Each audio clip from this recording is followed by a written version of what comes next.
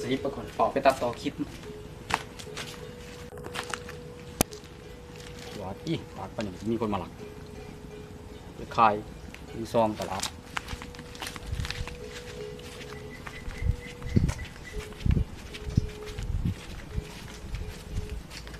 จะได้ไปหอกันได้งาน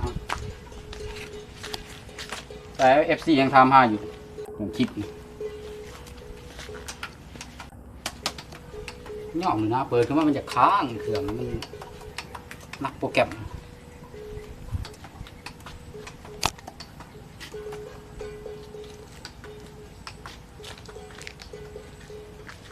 เยี่ยอะไรแล้วว่ากล้วยเป็นไง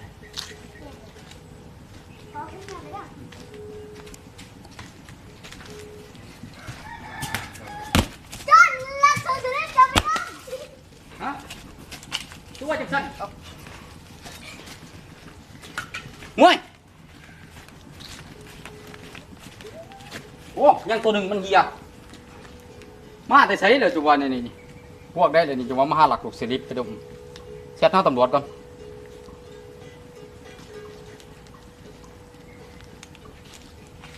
รถตำรวจเขาลัดอยู่คุณแล้วไปตามบึงอ๋อใช่เลย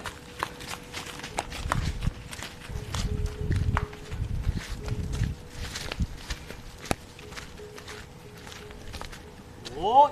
ท่านขี่ยามันเจ้าหน้าที่ตำรวจไปลัดไป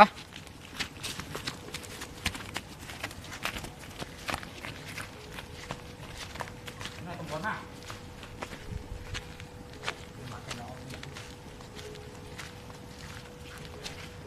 เจ้าเขาเมียนครับ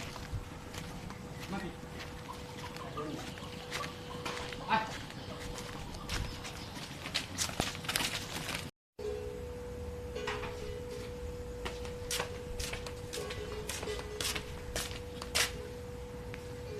สลิปไปขายสลิปมือซองไปดีตลาดนัดปากปัดต่อคลิปกับมันจะได้ไปหอกันได้ล่ะ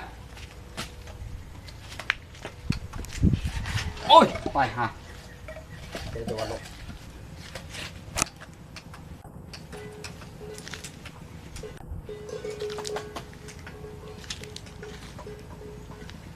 ไป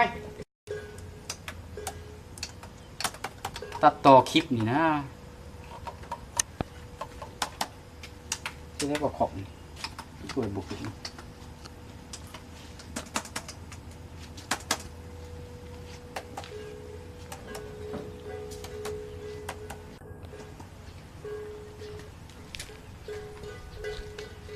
ไปเอาว่างไหม